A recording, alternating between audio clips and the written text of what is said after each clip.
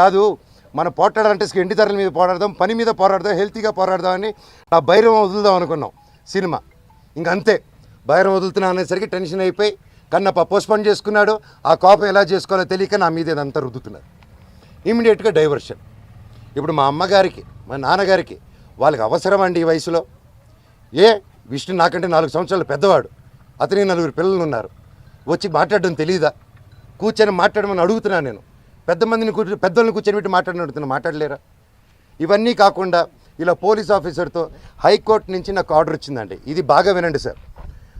High court నుంచి clear order, నేను కానీ ఇక్కడ కానీ డిస్ప్యూట్ జరిగేంత వరకు మేము ఇక్కడ ఉండొచ్చు, ఇద్దరు ఉండి, నేను ఎవరు ఉండకూడదని చెప్పాల.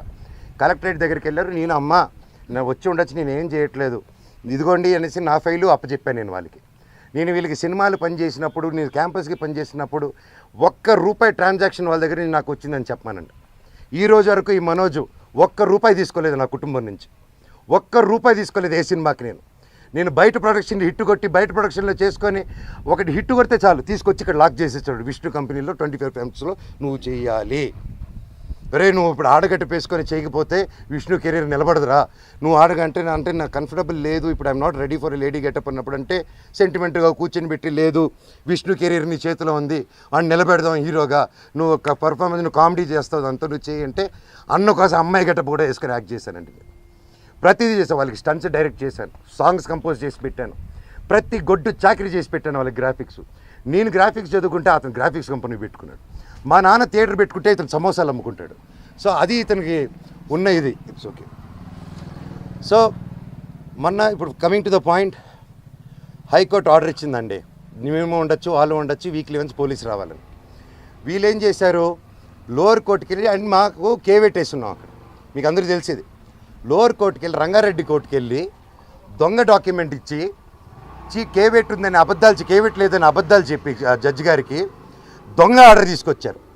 కోర్టుని చీట్ చేశారు. కోర్టుని చీట్ చేసి స్టే తెచ్చారు. ఆ స్టే కూడా నాకు రాలేదండి. నేను ఇంట్లో నుంచి బయలుదేరడం, ఇల్లంతా ధ్వంసం చేసేయడం.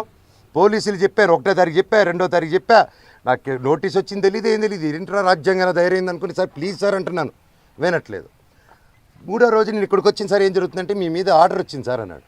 ఆర్డర్ ఏంటి సార్, స్టే ఎందుకు వస్తుంది, కేవేట్ ఉంది సార్ హైకోర్టులో, ఆర్డర్ ఎలా వస్తుంది సార్ అన్నాను. ఇదిగోండి అంటే మేము కనుక్కుని, మాకు ఎవరు పంపించలేదు, పోస్ట్ రాలేదు, ఏం రాలేదు, ఒకసారి కనుక్కోండి. సో ఆర్డర్ రాలేదు మాకు. ఇది రాగానే నేను ఛాలెంజ్ చేశాను కోర్టుది. 15th కేసారు. నేను లేదండి ఇది అర్జెంటు, మీకు ఏదో చీటింగ్ జరిగింది అక్కడ, we want to prove it అని. నేను ఆ ఆర్గ్యుమెంట్ జరిగింది, వీ ప్రూవ్డ్ ఇట్ రైట్. కోర్టులో అక్కడ ఎవరో వీళ్ళు తప్పుదారి పెట్టించి కోర్టుకి చెప్పారు. జడ్జి గారు చెప్పి మమ్మల్ని కోర్టుని చీట్ చేస్తారని తిట్టి అవతల వాళ్ళని కూడా ఈయన మీద వేసిన ఆర్డర్ నేను వెకేట్ చేస్తున్నానని తీసేశారు. సో ఒరిజినల్ హైకోర్టు ఆర్డర్లో ఉంది.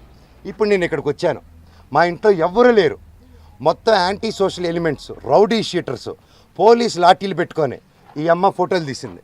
ఈ అమ్మాయిని ఆపేస్తే మీరు ఎవరు రాలేదు, అమ్మ నా బెండెక్కమ్మ అని చెప్పి ఎక్కించుకొని తీసుకెళ్ళాను. ఈ తల్లిని తీసుకెళ్ళిన తర్వాత తల్లి వీడియోలు తీస్తుంది.